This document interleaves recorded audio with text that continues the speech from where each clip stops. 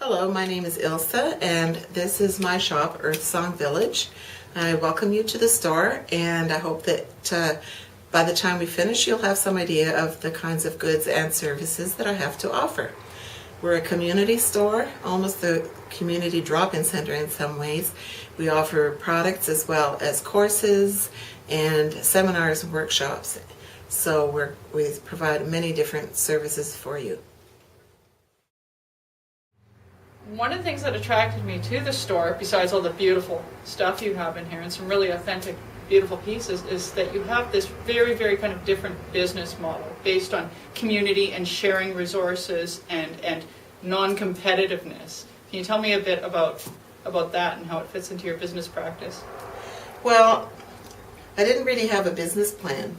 Everything just sort of evolved, and people were very happy to see this type of store in the area, and they tend to stay for a long period of time looking around the store, and they start to talk to each other, and it's just that kind of thing. It's a real community environment. And in addition, I have programs like belly dancing and drumming and different concerts, feng shui, all kinds of things. And those also bring people in on a social dimension. So I just believe that people will buy what they want to buy, and I'm not going to try to force anything on them. And they do, but there's no pressure or anything like that. It's really just a pleasant environment, and people really like it. And they like meeting people in this environment, make friends here and all this kind of thing. And I make friends too. Oh, absolutely. We come in here several times and just started conversations with other people and then other things. So you're really good at kind of like being a hub and connecting people. One of the things you do, though, that is so different from other people, I guess it's more definitely kind of a newer way of thinking or a newer way of approaching things, is that you're not competitive with other people who are providing similar services or doing similar things. Instead, you kind of connect people together and strengthen those connections and encourage everyone. Well, many years ago, somebody told me, when you share, there's more. And I really believe that. It works, because as soon as you get competition, both people lose. So I have a unique situation here that just kind of evolved. It's kind of a reflection of my personal point of view of things.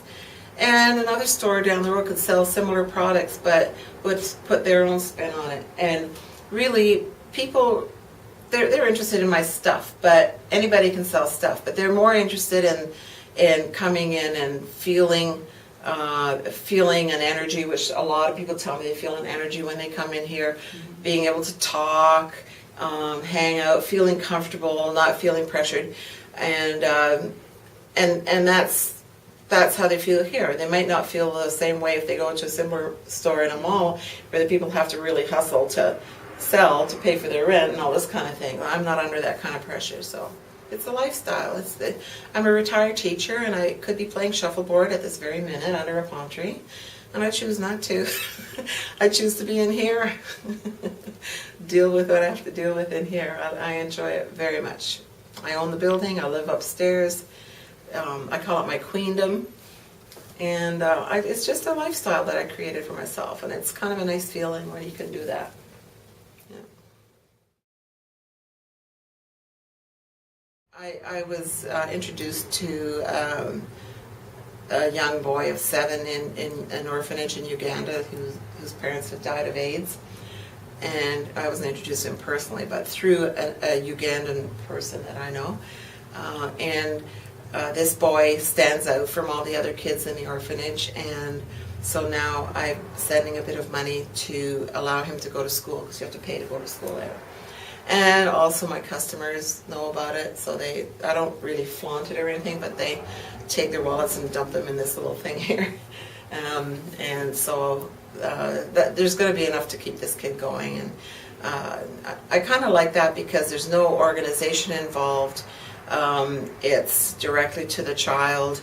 I will meet him in January. I'll be going there to meet him, and the store is all involved in it too. Like, just people are just so interested. They want to help out, and they're a little bit jaded by different organizations. Absolutely. And I did the same thing in Haiti after the earthquake.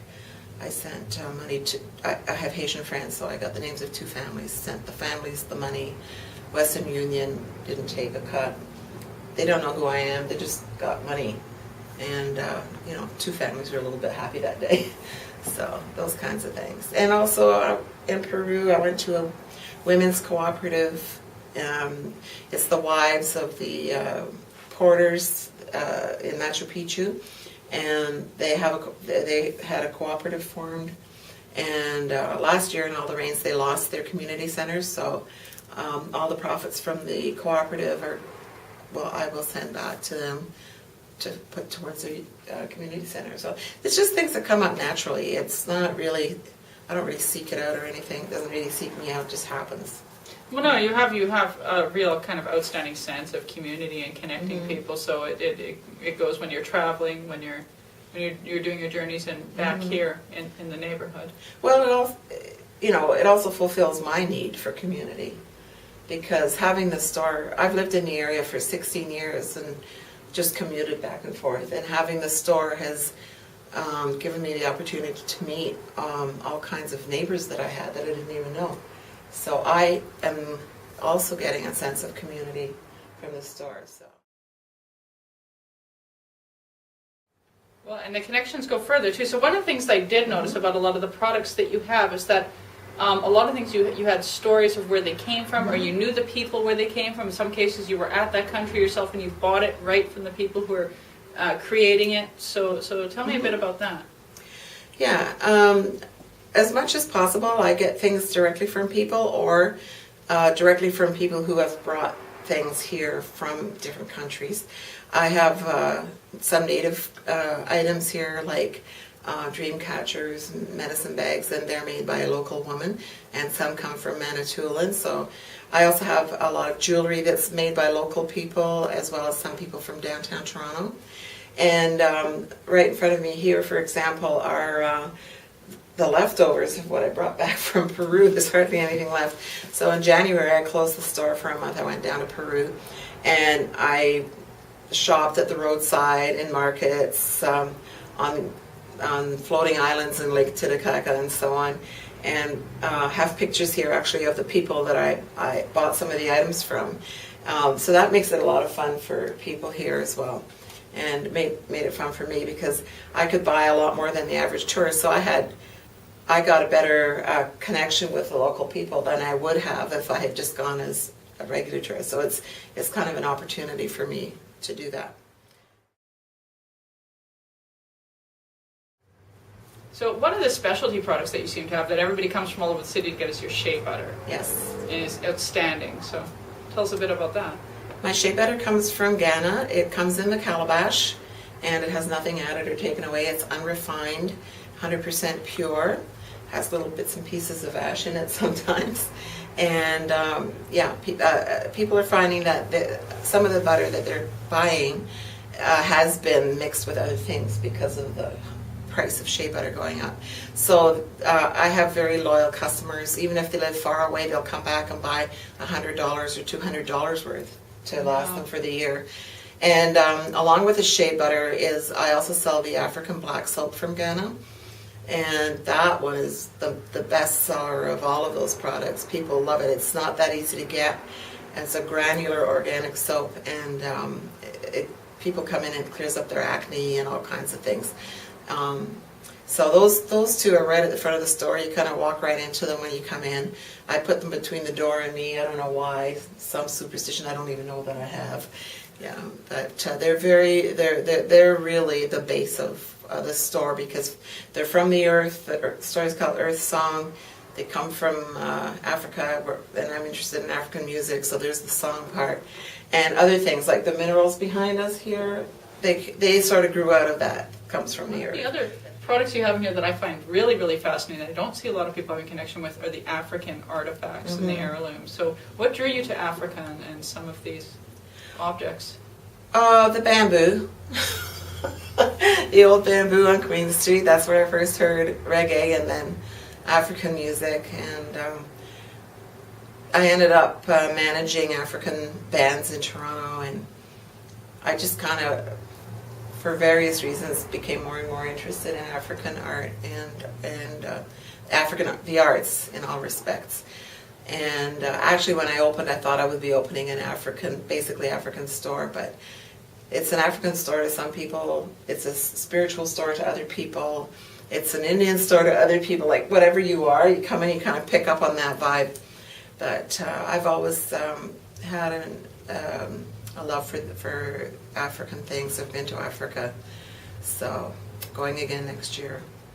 Well, thank you very much. It was a pleasure to show you my business, Earthsong Village, and I'd like you to come in person. We're at 2436 Kingston Road in Cliffside Village, which is in the south part of Scarborough. We're just west of Midland Road. And for more information, you can always access us at earthsongvillage.com.